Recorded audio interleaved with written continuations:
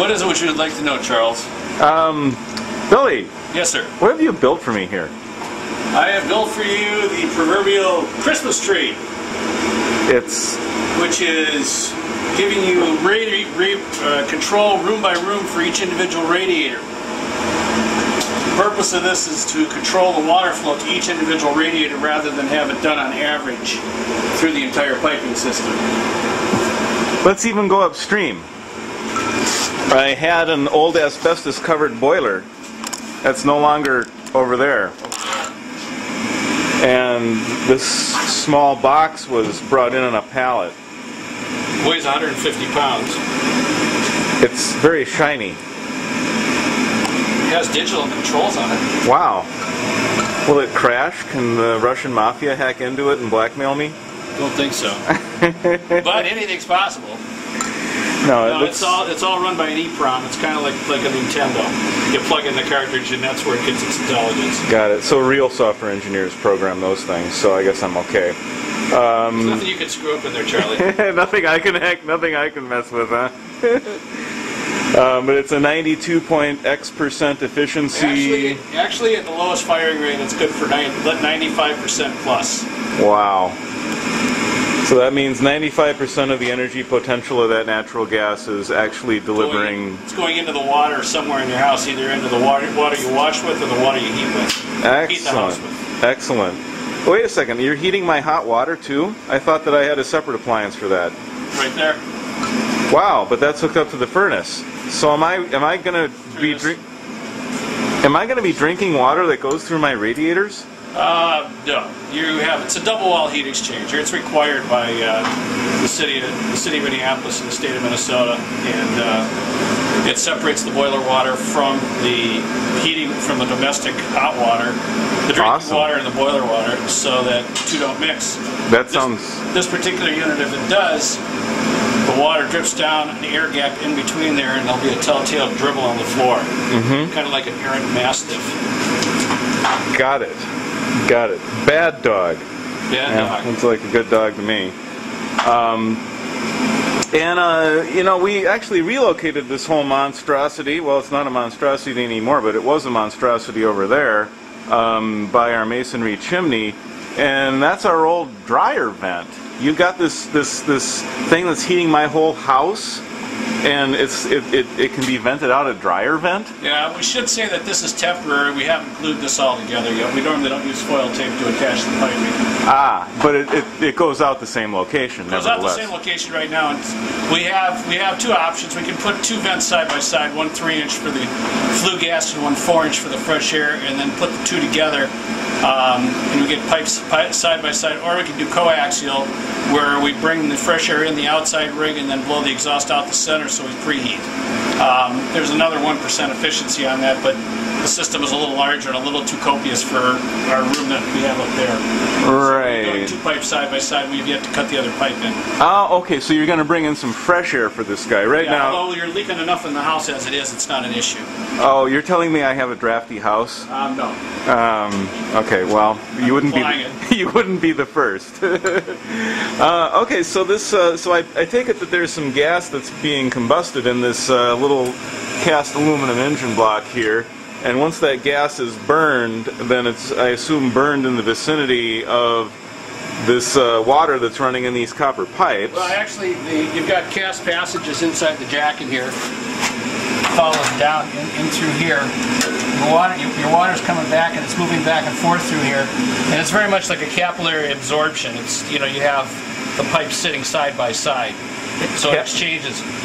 Capillaries. So it's some pretty fine. Very small. Some pretty fine piping. That's why we use this right here as a strainer, and they're normally used on steam systems to take out non-condensables in the condensate.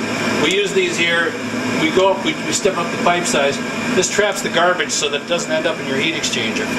That would be necessary if you're going to have. They're not always added. We put them in just as a safety precaution. Well, yeah. I mean, if you have arteriosclerosis of the hydronic system, that would be a bad thing. It would suck. Yeah.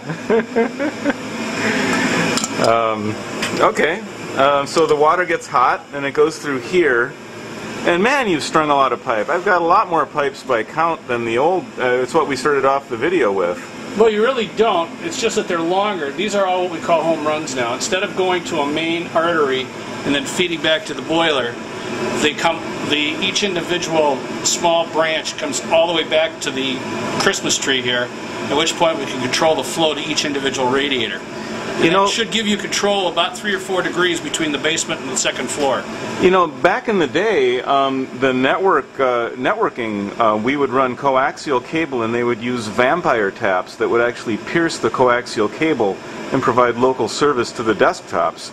It sounds to me like that coaxial cable pierced by those vampire taps is very similar to that old asbestos-covered piping that you characterize as just delivering an average service. Well, it also gives you the same kind of attenuation. Right, and then in networking, we went to home runs to the switch closets. Yep. So that sounds like that's exactly what we've done here. I have a hydronic router in my basement. What this was taken from.